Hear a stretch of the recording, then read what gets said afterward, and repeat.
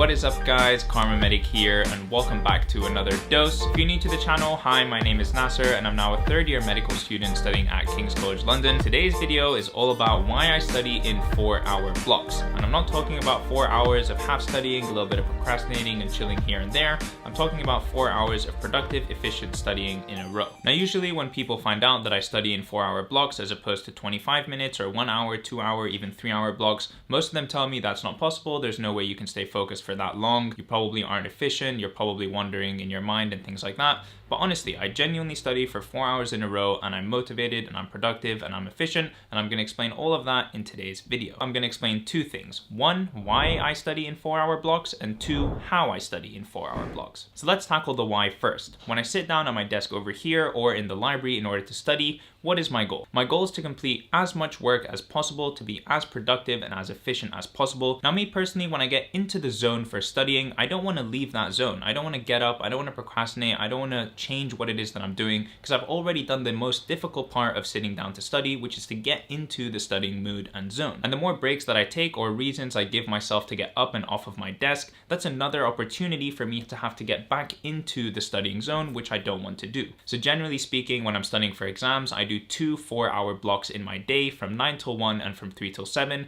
and that way I only have to enter the studying mood 2 times, once at 9 a.m. and once at 1 p.m. Now this is the main reason that I personally don't use the Pomodoro timer, because every 25 minutes it's basically giving me an excuse and encouraging me to check my phone or to chill or to get up off my desk or whatever, which is inevitably going to lead to me procrastinating and doing something for longer than just 5 minutes. One thing that I really like about my method of doing 2 4-hour blocks in my day is that I'm done pretty much all the work that I need to do by 7 p.m. Now imagine doing 8 hours of productive and useful work and also being done by 7 p.m. That leaves so much free time in order for you to do anything else that you want. That can be exercise, socializing with friends, playing video games, making YouTube videos, or basically anything. You just give yourself a lot of free time and still do lots and lots of work during the day. Now I understand obviously different studying techniques and timetables and schedules and whatever work for different people. I'm just saying, as far as maximizing efficiency, if you condense all of the work that you have to do into the beginning part of the day, that leaves a lot of hours at the end of the day for you to do whatever you want. Alright, I think I've preached long enough now about why I really like my 4-hour block method.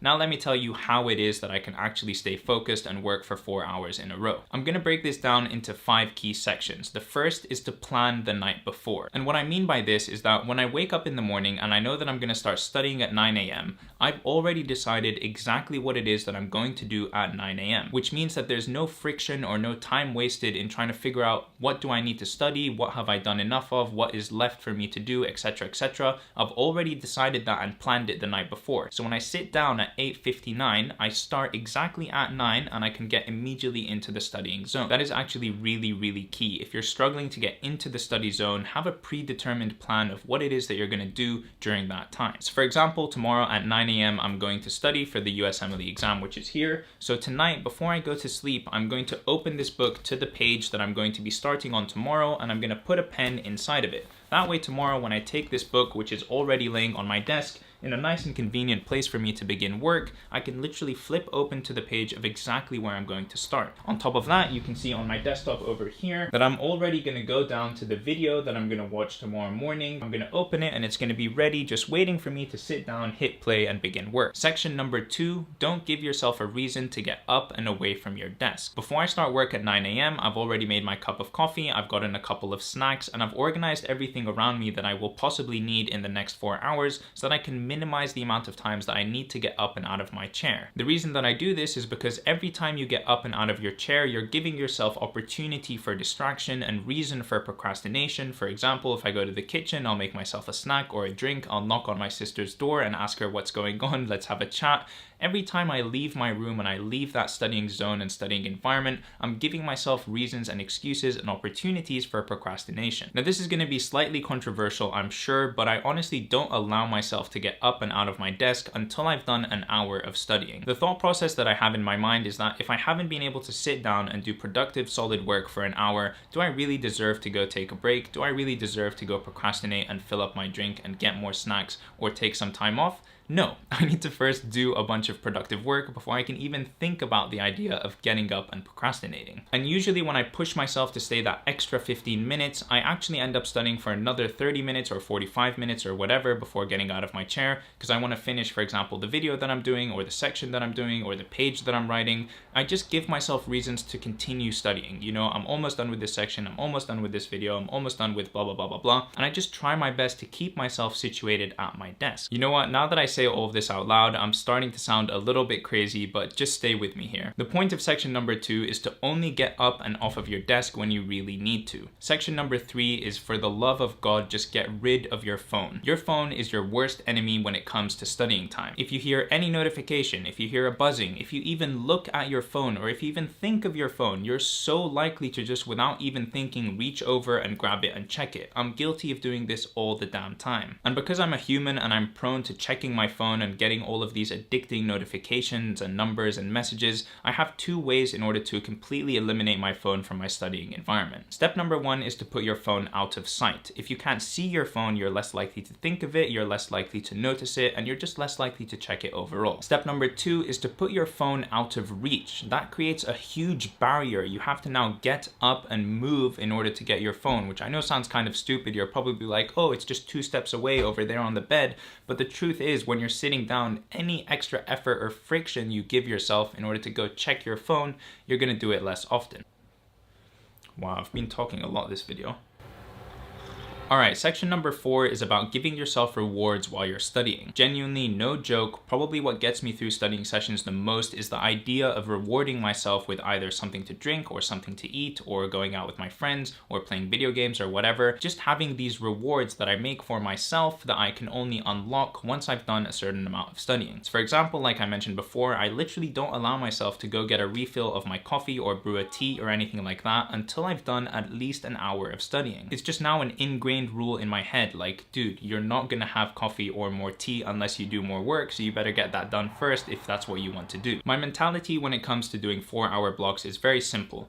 If I work from 0 till 2 hours, well then all I have to do is do the exact same thing that I just did one more time and I'll be done with my 4-hour block. It's the same thing like when I go for a 10K run. If I run 5 kilometers in one direction away from my house, well then I kind of have to run the other 5 kilometers in the opposite direction to get back home. And that way when I sit down for a 4-hour block of studying, really all I need to focus on is getting through the next 2 hours, because once I've done 2 hours, well then I just have to repeat what I've already done and I'll be done with 4 hours. I know it sounds really simple and it sounds kind of stupid, and you guys probably think I'm crazy right now, but if I just do 2 hours of studying, then I can repeat what I've done and then I've reached my goal. Okay, and the 5th and final section is about setting standards for yourself. For me personally, once I've done a 4-hour block of studying, I know that that is something that I am now capable of. And so next time I come to studying, if I study for 3 hours or 2 hours, then I'm like, well, this isn't really as best as I can do. This isn't pushing myself to my maximum efficiency or capacity. I've done a 4-hour block before. That means that I'm capable of doing it again. And I keep up that standard and I keep studying 4-hour blocks because I know that I can reach that level of capacity and productivity. It's the same thing like once I've done a 10-kilometer run, I know that I'm capable of running 10 kilometers. And so I keep running 10 kilometers every time because now that's my new baseline. That's what I'm capable of achieving. I don't like to give myself excuses or reasons to do something at a lesser level than what I've done before. I feel like I've done it once, I'm capable of doing that, and so I can keep up that standard. Now obviously you can probably see with the slippery slope that comes along with this line of thinking, I'm not crazy, I'm not a robot. I obviously have times when I can't study for 4 hours. If I follow everything that I'm saying about 80% of the time, then I'm doing a fantastic job, because the other 20% is just real life. Things happen,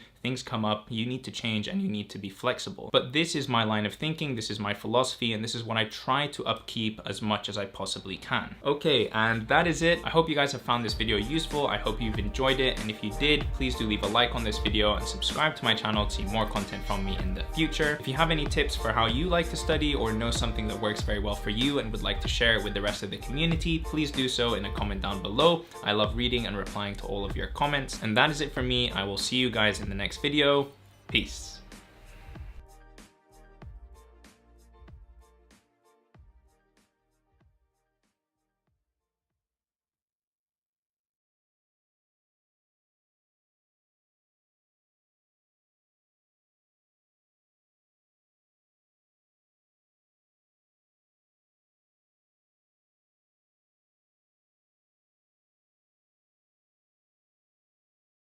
what video are we doing today? Why I study in 4-hour blocks.